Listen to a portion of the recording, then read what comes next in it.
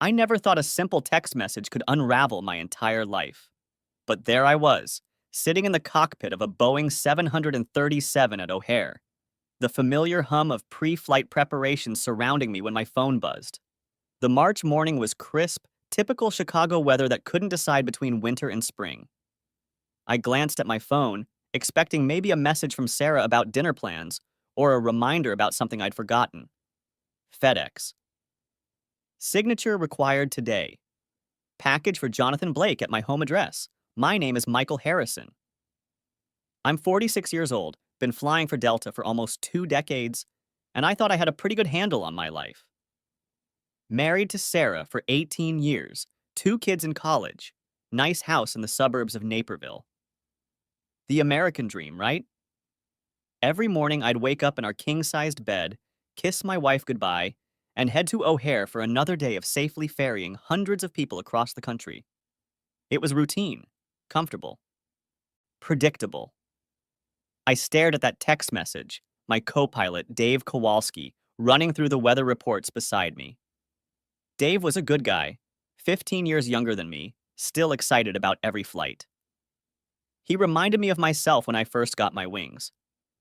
Looking at moderate turbulence over Iowa, but should smooth out by the time we hit Missouri, Dave was saying.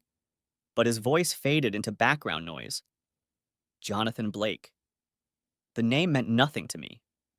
I didn't know any Jonathan Blake. Never ordered anything that would require a signature. I pulled up the tracking information while Dave checked our fuel calculations, my fingers moving across my phone screen with the same precision I used for flight controls. My blood ran cold. Declared value, $3,200. Origin, Tourneau Watches, New York City. Scheduled delivery to my house in 2 hours. Everything all right, Mike? Dave asked, noticing my expression. He had that concerned look young pilots get when they think something might be wrong with the aircraft. Yeah, just home stuff, I muttered, my mind racing faster than our twin engines would soon be spinning. Sarah was supposed to be at her sister Julie's place in Milwaukee. Had been there since Monday morning, wasn't due back until Thursday evening. At least that's what she told me when she kissed me goodbye at 6 a.m. Monday, her overnight bag already in her car.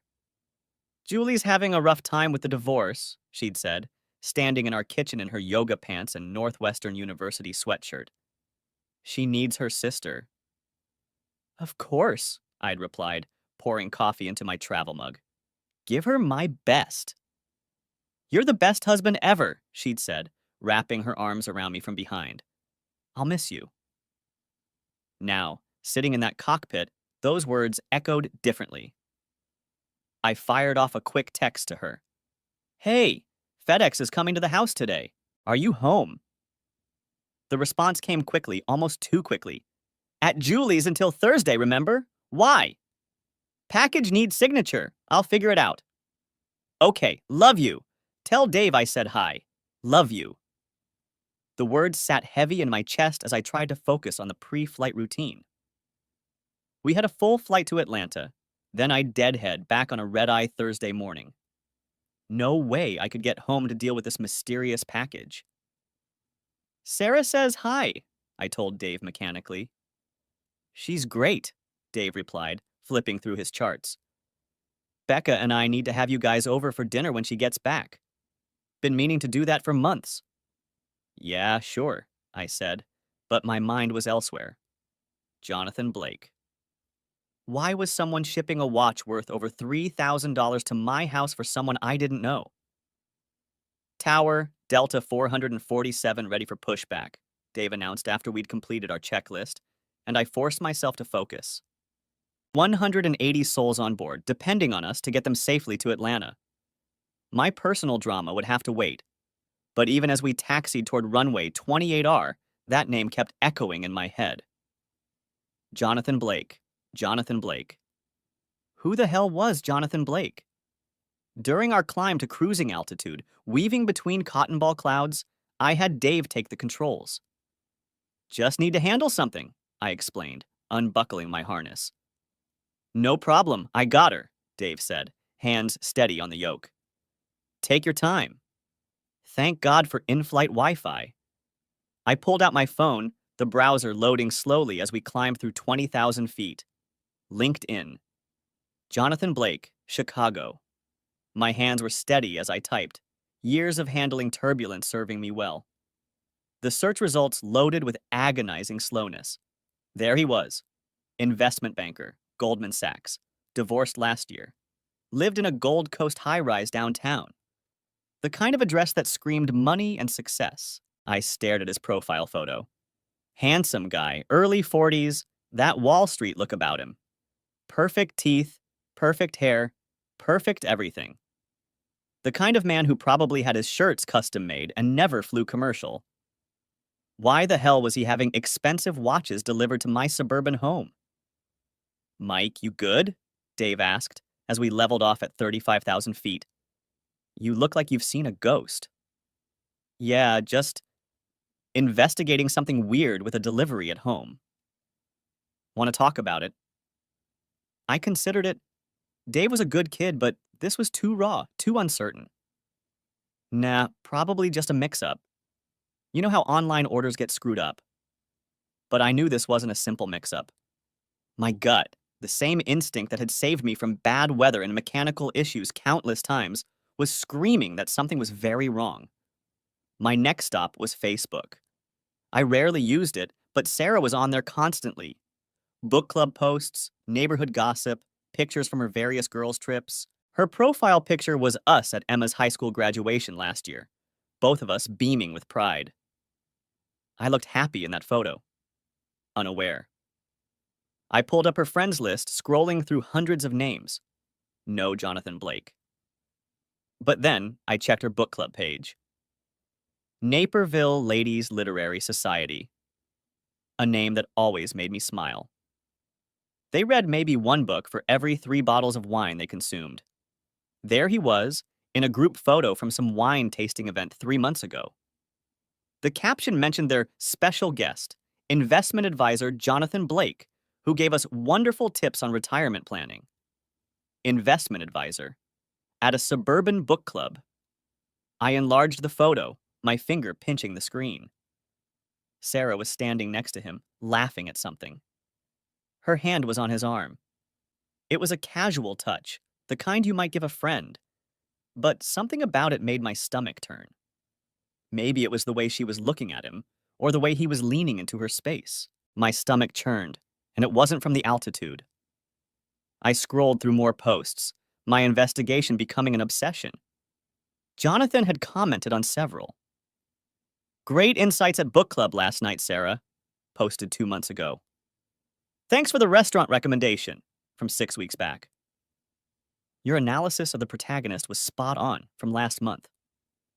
Each comment had replies from Sarah. Friendly at first, but increasingly familiar. Inside jokes. References to conversations I knew nothing about. You would say that, Jonathan.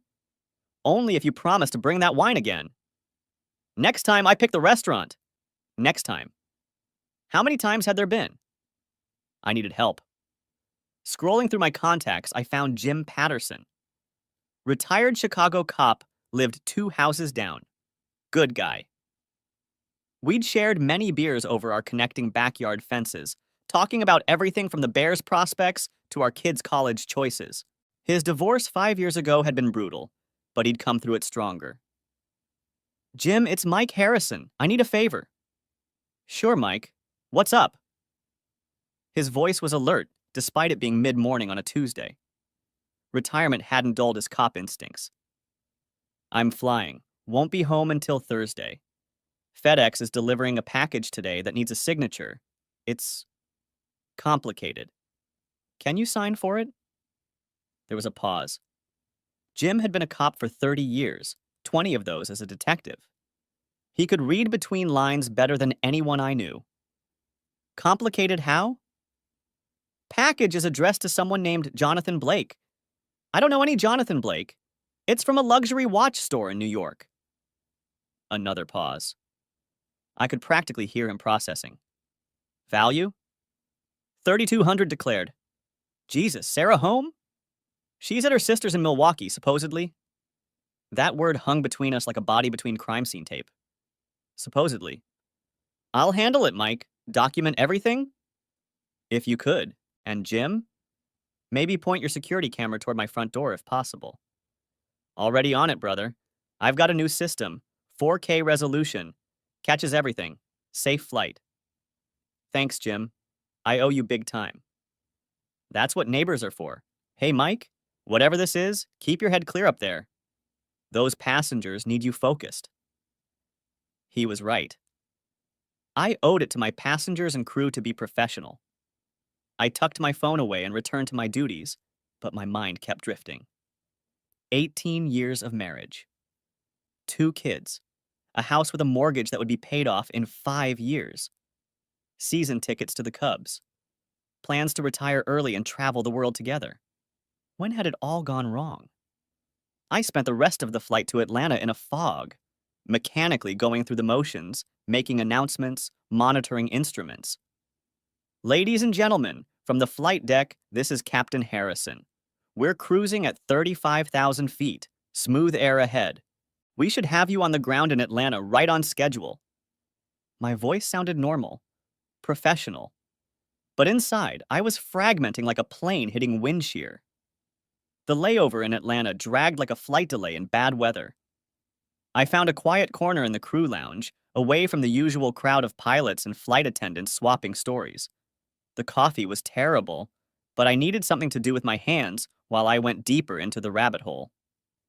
Sarah's credit card statements were accessible through our joint account. I'd never had reason to check them before. We trusted each other, or at least, I'd trusted her. I scrolled through recent charges, my heart sinking with each swipe. Restaurants I didn't recognize. The Gauge, RPM Italian, Gibson's, all downtown, all expensive. Boutique shops during times she was supposedly at work. A charge at the Peninsula Hotel from 2 months ago, $97. Not enough for a room, but plenty for a long lunch and drinks. The date matched a day she'd said she was staying late for parent-teacher conferences. My phone buzzed. Jim. Package delivered at 1:47 p.m. I signed for it, told the driver I was accepting for a neighbor, got everything on camera. Driver confirmed it was for Jonathan Blake. Big box from Tourneau. It's in my garage whenever you want it. Thanks, Jim. I owe you.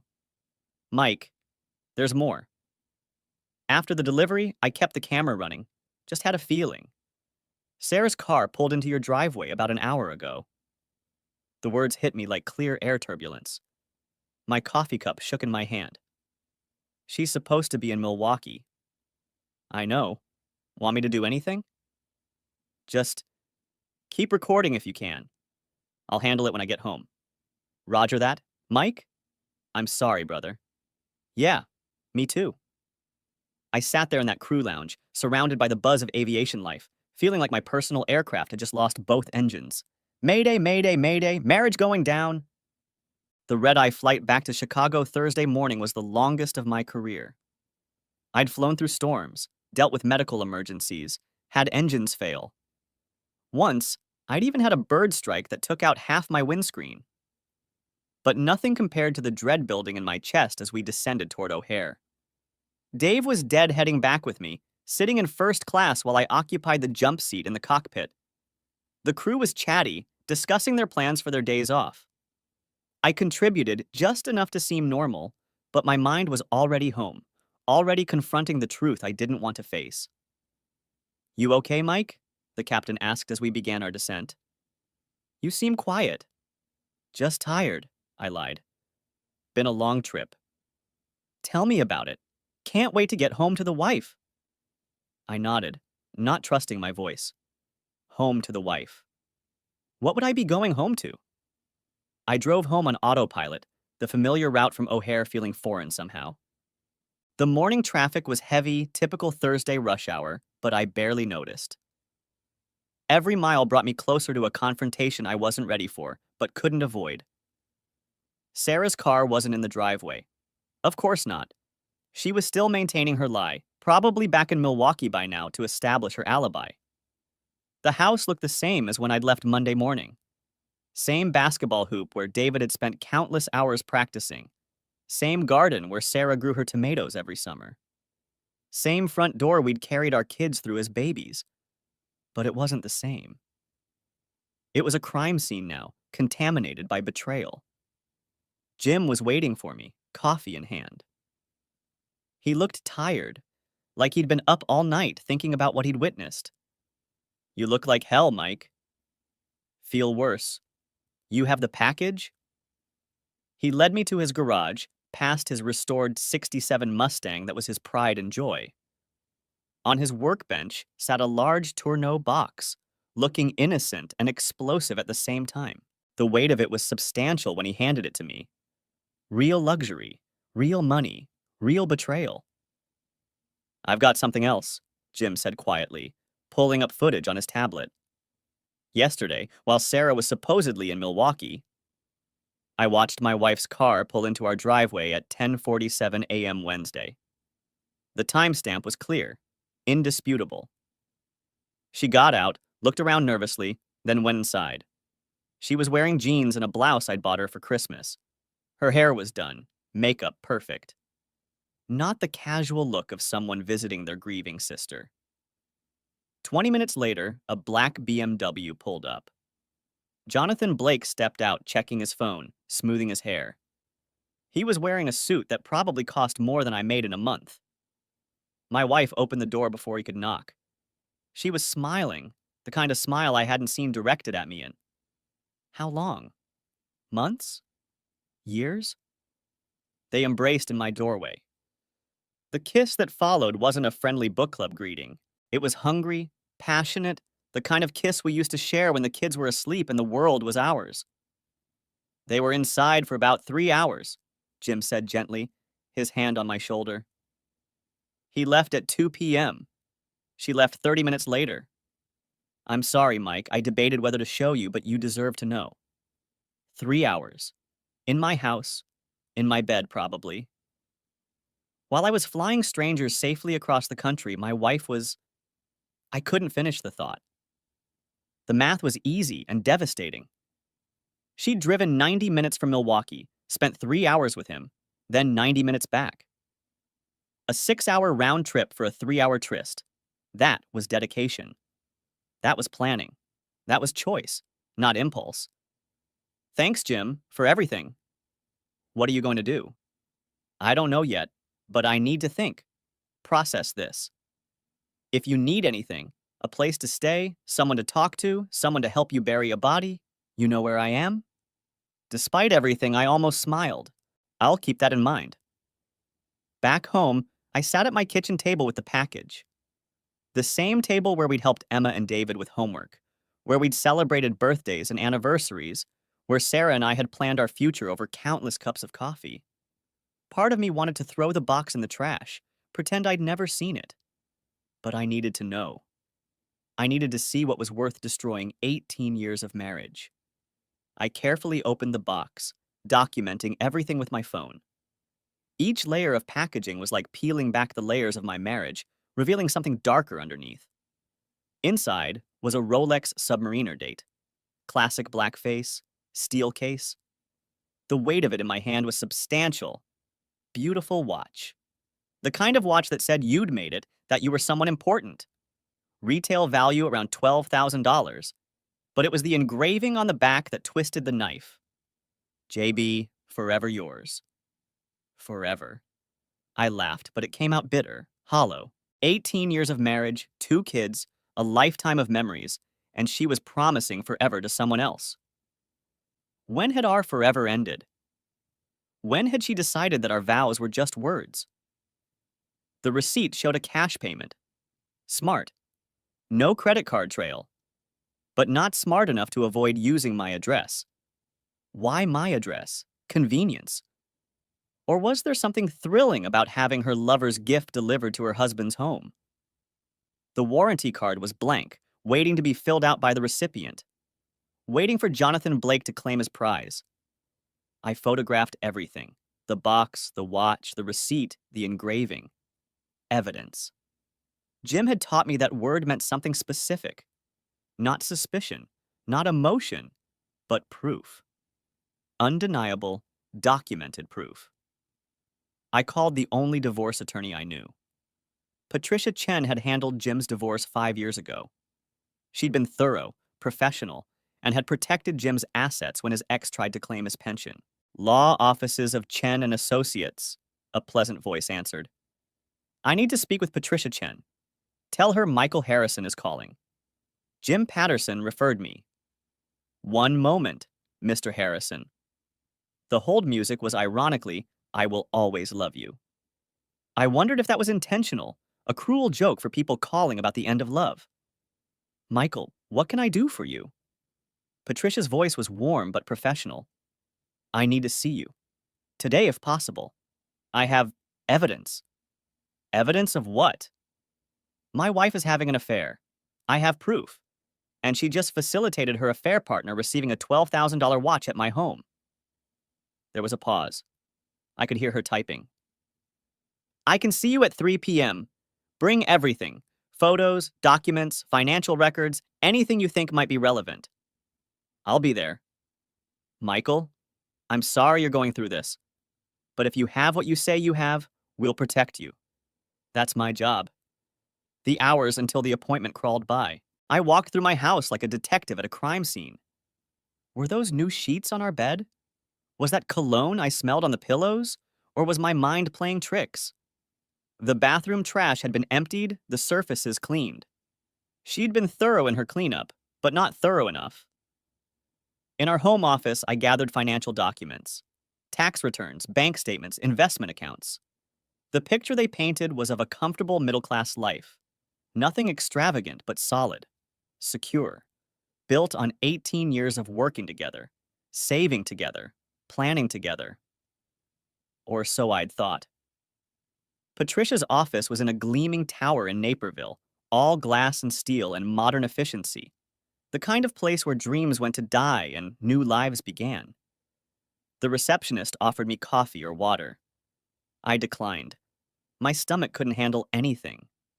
Patricia Chen was younger than I'd expected, maybe early 40s, with kind eyes that had seen too much pain. Her office was sterile, professional, diplomas on the wall, pictures of her family on the desk, but turned away from clients. Smart. Don't remind people ending their marriages of what happiness looks like. Michael, please sit. Jim spoke highly of you when I called to confirm the referral. Said you're one of the good ones. I thought I was in one of the good marriages too, I replied, sinking into the leather chair. Let's see what we're dealing with. I spread out my evidence on her conference table like a pilot laying out flight charts. The photos, the delivery documentation, Jim's security footage on my tablet. She reviewed everything methodically, taking notes in precise handwriting. Occasionally, she'd ask a clarifying question, but mostly she just absorbed the information. This is remarkably well documented, she said finally. Jim trained you well. The watch being delivered to your home is particularly interesting.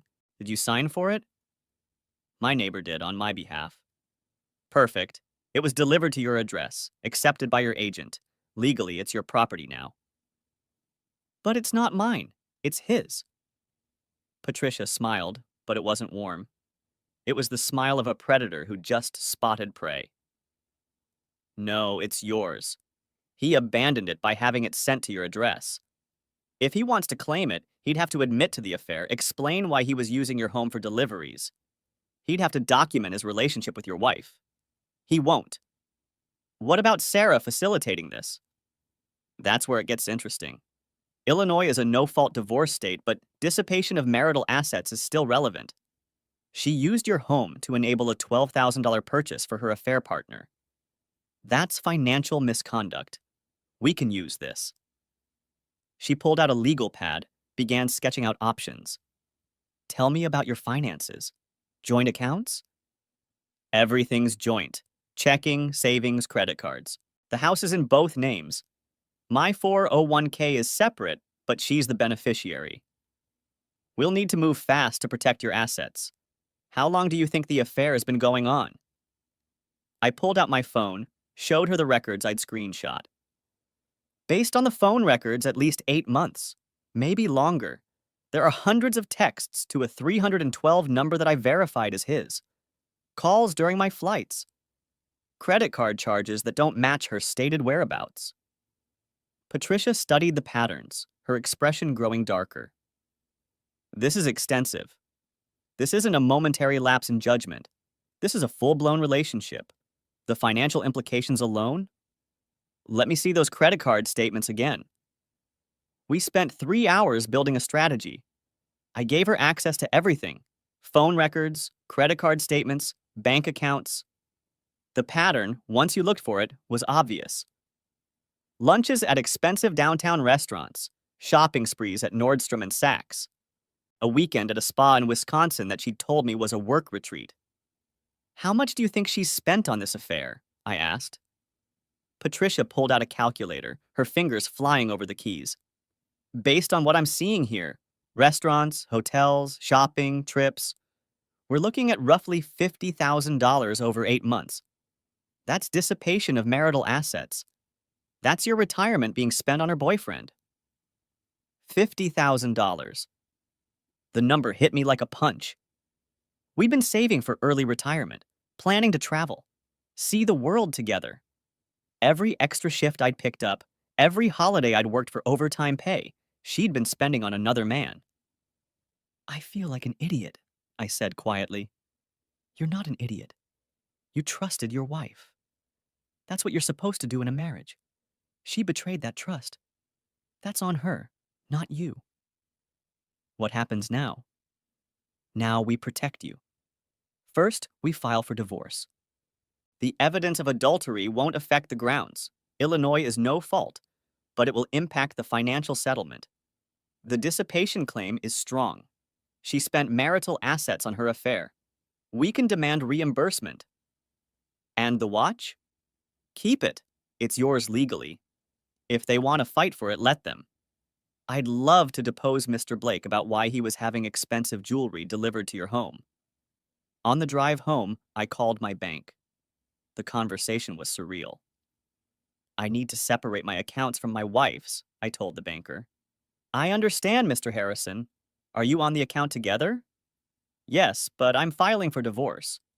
My attorney said I can legally protect my portion of the assets. Of course. We see the situation unfortunately often. I can help you set up an individual account and transfer your portion of the joint funds. Your portion? Half of everything. Half of 18 years. I also canceled joint credit cards, changed beneficiaries on my life insurance, removed Sarah's access to my 401k. Each action felt like cutting a thread that had bound us together. By the time I got home, I'd financially separated our lives as much as legally possible. That evening, Sarah returned from her trip to Milwaukee. I heard her car in the driveway at 6:47 p.m. My heart pounded, but my hands were steady. I'd faced engine failures, severe turbulence, medical emergencies at 30,000 feet. I could face this. Hey, she called out, dropping her overnight bag by the door. Traffic was awful. Some accident on 94. Took forever.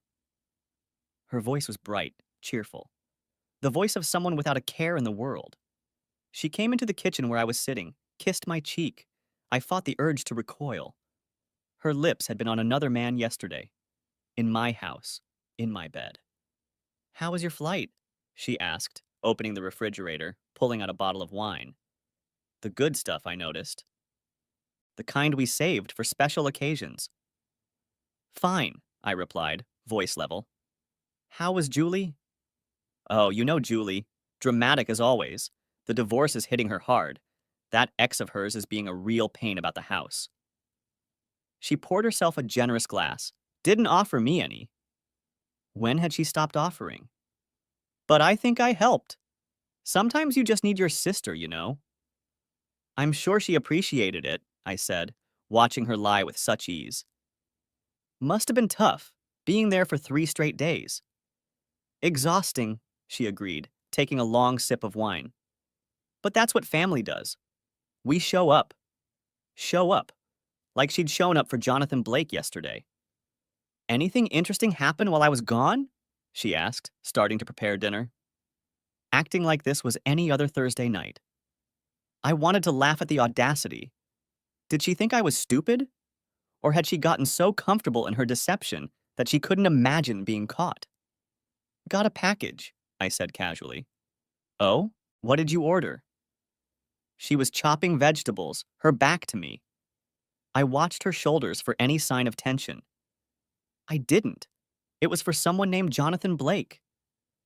The knife paused for just a moment. Her shoulders tightened imperceptibly. If I hadn't been watching for it, I would have missed it. Jonathan Blake? That's weird. Must be a mistake. Her voice was still light, but there was something underneath. Fear? Concern? That's what I thought. So I opened it. She turned then, trying to read my face. I kept my expression neutral, the same face I used when dealing with difficult passengers or challenging situations in the air. Calm, professional, giving nothing away. What was it? I walked to the counter, picked up the Tourneau box, and set it down between us. The sound it made on the granite countertop was final, decisive. A Rolex, $12,000, engraved JB, forever yours. The color drained from her face like fuel from a compromised tank. She gripped the counter, the knife still in her hand. For a moment, I wondered if she'd use it. But then she set it down carefully, deliberately. Michael, I can explain. Can you? Can you explain why your investment advisor from book club is having watches delivered to our home? Can you explain why you were here yesterday when you were supposed to be in Milwaukee? Can you explain the 3 hours he spent in our house? Her mouth opened and closed like a fish out of water. How did you? Does it matter? Jim has security cameras. I have phone records, credit card statements. 8 months, Sarah. 8 months of lies. She started crying then. Not gentle tears, but ugly, body-shaking sobs. It's not what you think. It's exactly what I think. You're having an affair. You've been having an affair for 8 months. You used our home, our bed. You spent our money, $50,000 of our money, on him. 50,000? That's ridiculous. I never... Restaurants, hotels, shopping trips, spa weekends. It's all documented. Every penny. She collapsed into a chair, still sobbing. Michael, please. We can work through this. Think about the kids. I am thinking about the kids. I'm thinking about the example we set. I'm thinking about teaching them that actions have consequences, that marriage means something, that promises matter. It was a mistake. Jonathan means nothing. Nothing? He means nothing? Then why does his $12,000 watch say, forever yours? Why were you promising forever to nothing? The doorbell rang. Perfect timing. I'd arranged for the process server to arrive at 7 p.m. I wanted her served in our home, the home she'd defiled. Who's that? Sarah asked, wiping her eyes, mascara running down her cheeks. Your future. I opened the door. The process server was young, professional, looked like he'd rather be anywhere else. Sarah Harrison? She stood in the doorway between the kitchen and foyer, swaying slightly. Yes? You're being served. He handed her the papers, had her sign the acknowledgement, and left quickly. He'd probably seen too many of these scenes. Sarah stood in our foyer, divorce papers in hand, tears streaming. The woman I'd married 18 years ago was gone, replaced by this stranger who could lie as easily as breathing. Michael, please. We can work through this. Couples counseling. I'll end it with Jonathan. I'll do anything. Anything? Will you give back the $50,000? Will you give back the 8 months of lies? Will you give back the trust? My phone rang. Unknown number. I knew who it would be. I answered on speaker. Hello? Mr. Harrison? This is Jonathan Blake. I believe you have something of mine. The audacity was breathtaking. Sarah's eyes widened in panic, shaking her head frantically, mouthing, No, no, no. Jonathan, I said pleasantly, I was wondering when you'd call. You mean the watch that was delivered to my home? The one with the touching engraving? That was a mistake. The address was wrong. I need it back. Then file a police report. Report it stolen. I'm sure they'd be very interested in why you're having expensive jewelry delivered to another man's house, especially when that man's wife was conveniently home to facilitate the delivery. Silence. I could hear him breathing, calculating.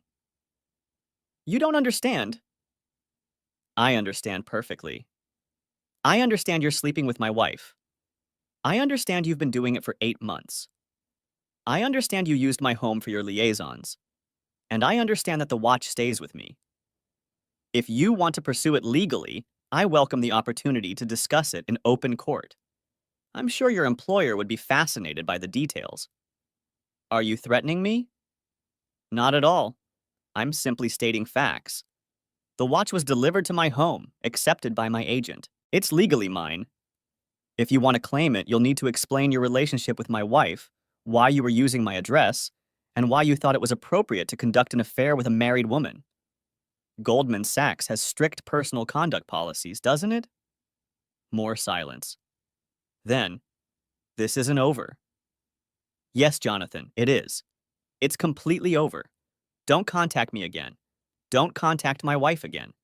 If you do, I'll file harassment charges and make sure your firm knows exactly what kind of man they employ. I hung up. Sarah was sobbing again, collapsed on the couch. You're ruining everything! No, Sarah, you ruined everything! I'm just cleaning up the mess. What am I supposed to do? Where am I supposed to go? That's not my problem anymore. You can stay in the guest room tonight. Tomorrow, you find somewhere else. Hotel, your sister's, Jonathan's place. I don't care. But you're not staying in this house. This is my house, too. Was your house. Or you lost that right when you brought another man into it. She tried different tactics over the next few hours. Anger, tears, seduction. She actually tried to seduce me, coming to the bedroom in lingerie I'd never seen before. Probably bought for him. Please, Michael, remember what we had? Remember how good it was? I remember everything. I remember our wedding day. I remember when the kids were born. I remember every anniversary, every Christmas, every moment I thought we were building something real. And now I remember that for the last 8 months, it's all been a lie. Not all of it! I love you! No, you don't get to say that. Love doesn't lie. Love doesn't cheat. Love doesn't spend $50,000 on another man while the husband works overtime to fund retirement. She left then, slamming the door. I heard her car start, tires squealing as she backed out. Running to him, probably. Let him deal with her tears. The next few days were a blur of legal meetings, document gathering, and awkward silences when she came to get her things. She stayed at a hotel, billing it to our credit card until I canceled it. Then she went to Julie's. Really went this time. Patricia was impressed with my documentation. You've made my job easy. He's panicking. His lawyer reached out. Goldman Sachs has gotten wind of this. Using a client's address for personal deliveries, even inadvertently, is a serious violation of their code of conduct. He claims it was a mistake. Of course he does, but he can't explain why your wife was home to receive it, or why she knew it was coming. His story falls apart under any scrutiny. What does he want? The watch, obviously. And for this to go away quietly, he's offered to reimburse you for it if you sign a non-disclosure agreement. No. That's what I told his lawyer. The watch is yours.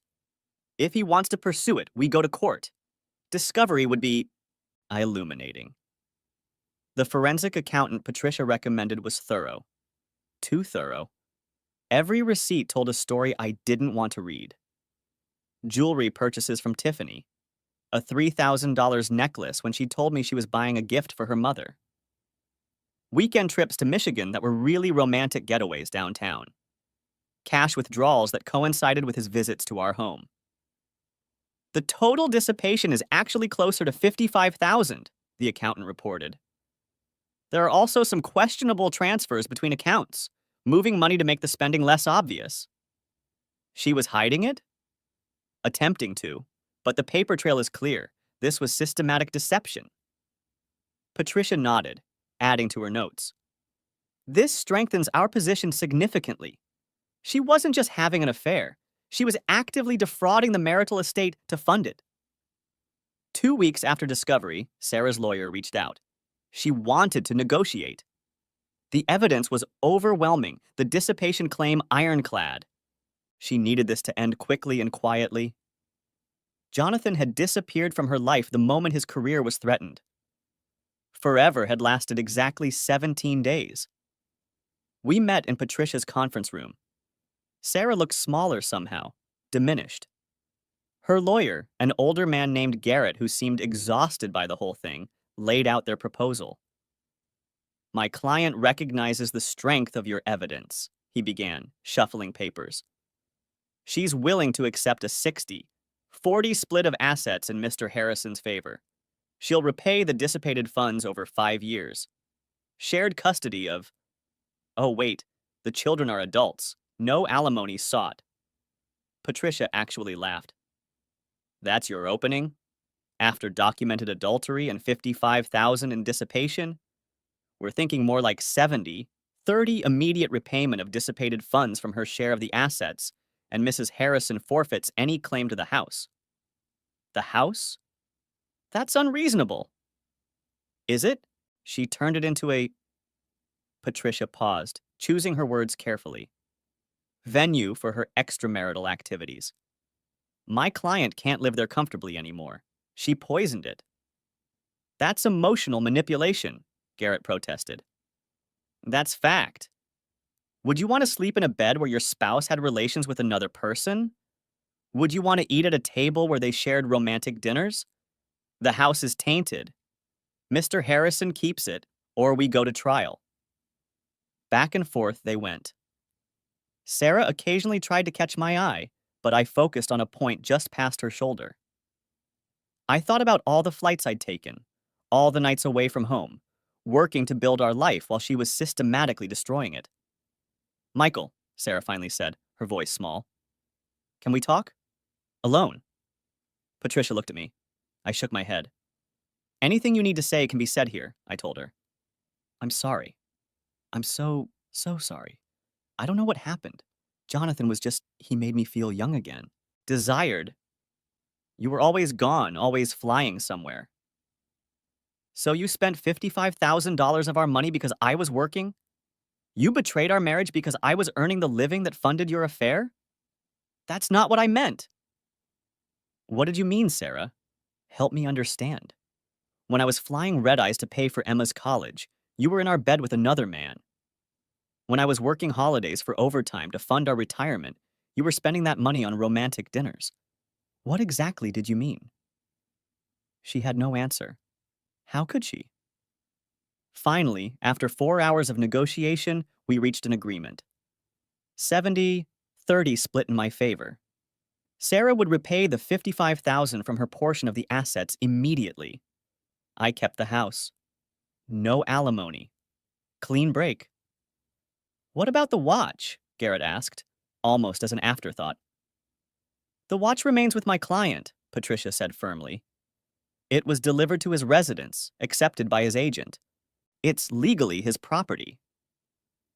That watch is worth $12,000. Then Mr. Blake should have been more careful about where he had it delivered. Sarah finally spoke up, desperation in her voice. Michael, please. The watch means something to him. I looked at her then. Really looked at her. 18 years together, and I felt like I was seeing a stranger. The woman I'd married, who'd held my hand through my father's death, who'd cheered at every promotion, who'd promised to love me forever, she was gone. Maybe she'd never really existed. And our marriage meant something to me, I said quietly. The papers were signed. Handshakes were exchanged. And just like that, 18 years ended in a conference room that smelled like coffee and broken promises. I drove home alone, the watch still in my possession. That night, I placed it on the kitchen counter and stared at it. JB, forever yours.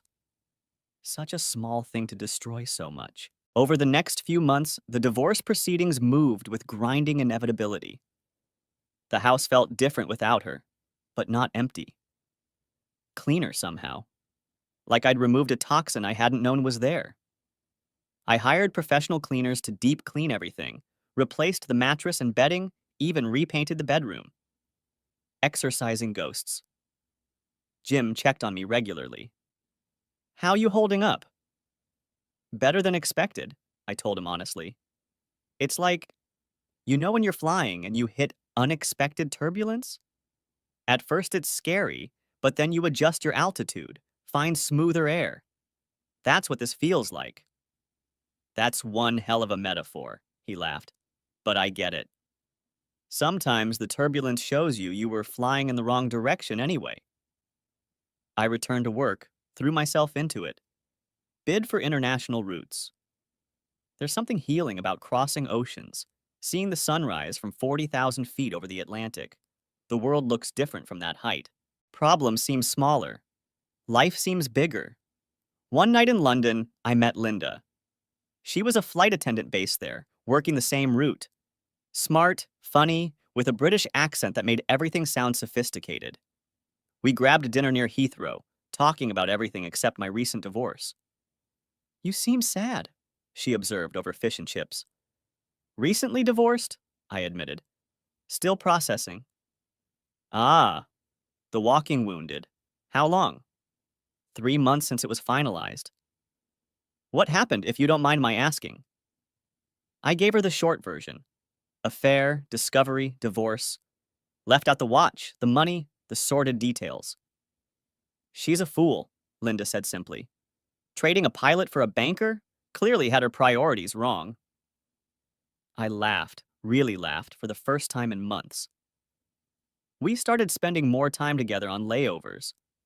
Nothing romantic at first, just companionship. She made me remember who I was before the marriage, before the betrayal, made me laugh at stupid jokes, introduced me to proper English tea, debated whether American or British television was superior. The Office proves American TV is better, I argued one evening in a pub near Hyde Park. The Office was British first, she countered. You lot just stole it. Improved it, I corrected. Like we did with the language. She threw a chip at me. It felt good to be playful again. The kids were adults, but the divorce still hit them hard. Emma called from Northwestern one night crying. How could Mom do this? She sobbed over FaceTime. People make choices, I told her. Sometimes bad ones. What matters is how we respond to those choices. But you loved each other. I loved her. I thought she loved me. But love isn't just a feeling, Em. It's a choice you make every day, a commitment you honor even when it's hard. Your mom forgot that. You could have forgiven her. Maybe, but forgiveness doesn't mean accepting betrayal. It means moving forward without bitterness. I've forgiven your mother, Emma, but I couldn't stay married to someone who could lie to me so easily for so long. Do you hate her? No, I'm disappointed. I'm hurt, but I don't hate her. She's still your mother. She made terrible choices as a wife, but that doesn't erase 18 years of being your mom. David took a different approach. He was angry, refused to speak to Sarah for months. I had to talk him down during one of his breaks from University of Michigan. She destroyed our family! He raged, pacing my living room like a caged animal. No, son, she changed it. We're still a family, just a different shape now. How can you be so calm about it? Because being angry doesn't fix anything. It doesn't change what happened. It just poisons what comes next. She cheated on you. She stole from you. Yes, and she's facing the consequences. But carrying anger is like flying with unnecessary weight. It slows you down, burns extra fuel, makes the journey harder. I've chosen to dump that weight. Slowly, he began to understand. Both kids maintained relationships with their mother, though different than before. Holidays were split, celebrations separate. The family we'd been was gone, but something new was forming in its place. 6 months after the divorce was finalized, I decided to sell the watch. Not for the money, but for the closure. I contacted an auction house that specialized in luxury timepieces. This is a beautiful piece, the evaluator said, examining it through a loupe. The engraving is interesting. It has a story, I admitted. All the best watches do. Would you be willing to share it? Provenance adds value. So I told him. The affair, the delivery, the divorce. He listened with professional interest, taking notes. We could market this as the adultery watch, he suggested. Romantic scandal always attracts buyers. The story adds probably 20% to the value. Do it. The listing went viral. Adultery watch. Rolex Submariner with romantic engraving, delivered to wrong address, catalyst for divorce. Social media loved it.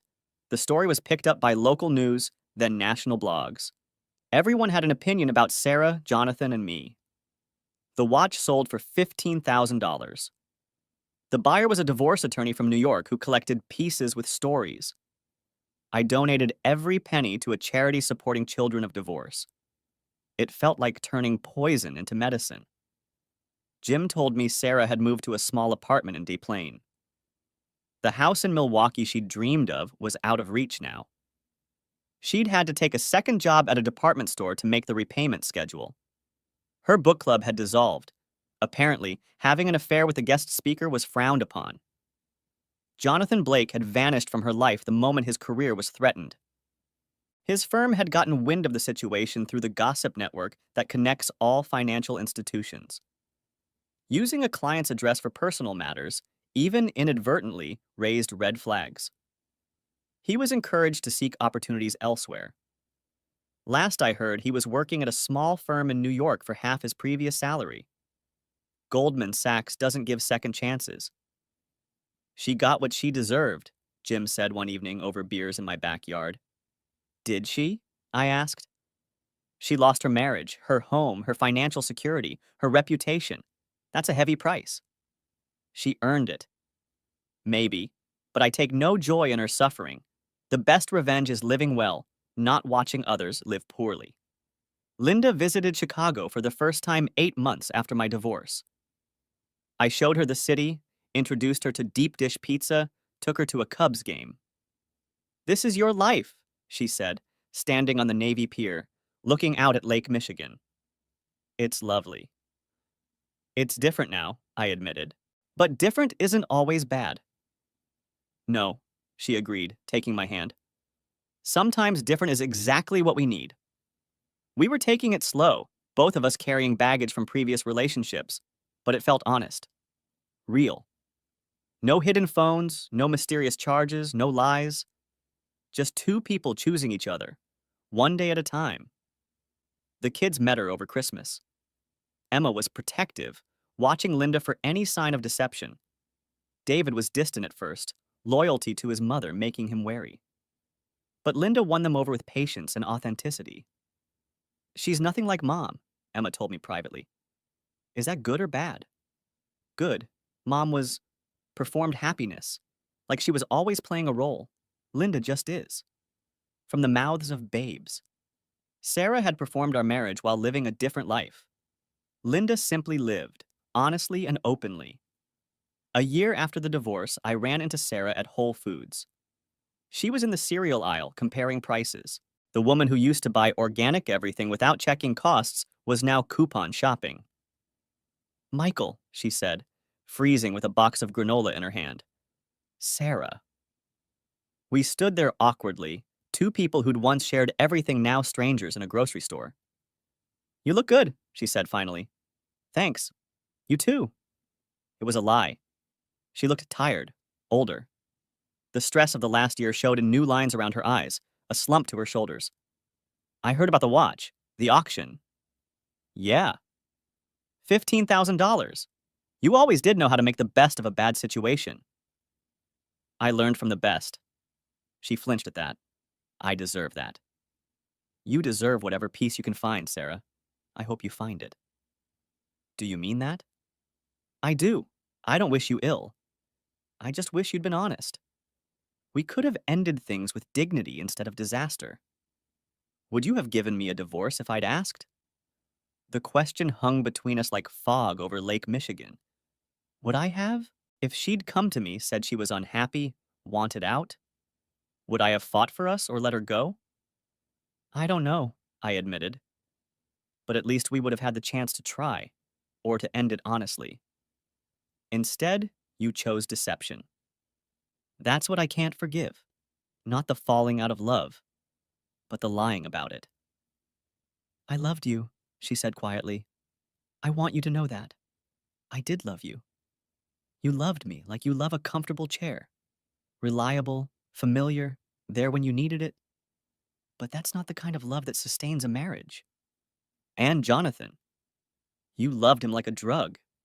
Intense, consuming, destructive. That's not sustainable either. Then what is? The kind where you choose each other every day, where you're honest even when it's hard, where you build instead of destroy, where you protect what you have instead of gambling it for a thrill. She nodded, tears in her eyes. I'm sorry, Michael, for all of it. I know. Be well, Sarah. I left her there in the cereal aisle, comparing prices on granola, living the life she'd chosen. No mansion in Milwaukee, no investment banker boyfriend, no $55,000 of disposable income. Just a woman facing the consequences of her choices. That night, I called Linda in London. I ran into Sarah today, I told her. How was that? Sad, but clarifying, like seeing the alternate ending to a movie. The path not taken. Any regrets? No, just closure, I guess. The final flight log entry, mission complete. You and your flying metaphors, she laughed. But I understand. Sometimes you need to see the crash site to appreciate the successful landing. 2 years after the watch arrived at my door, I stood in my backyard with Linda, Jim, and his new girlfriend Dave and his wife, and a handful of other friends. We were celebrating my early retirement. Not the plan Sarah and I had made, but a new one. International consulting for airlines, based partly in Chicago, partly in London. A life of my own design. To new beginnings, Jim toasted, raising his beer. To honest endings, I countered. To wherever the wind takes us, Linda added, kissing my cheek. The watch was long gone, living on someone else's wrist now. But the lesson it taught remained. When someone shows you who they really are, believe them. When the universe delivers truth to your doorstep, sign for it. Accept delivery, then use it to build a better life. Jonathan Blake thought he was sending a symbol of forever to my house. Instead, he sent me freedom. Sarah thought she was building a new life with stolen moments and borrowed money. Instead, she demolished everything we'd built together. And me? I thought I was living the American dream. Turns out I was sleepwalking through a nightmare I couldn't see. But sometimes it takes a delivery to the wrong address to show you you've been living at the wrong address all along. The sunrise looks different at 40,000 feet when you're flying towards something real instead of away from something false. Trust me. I see it every day now. And it's beautiful. The package that changed everything wasn't just a watch. It was a wake-up call delivered right on time. Signature required. And I'm grateful I was home to receive it.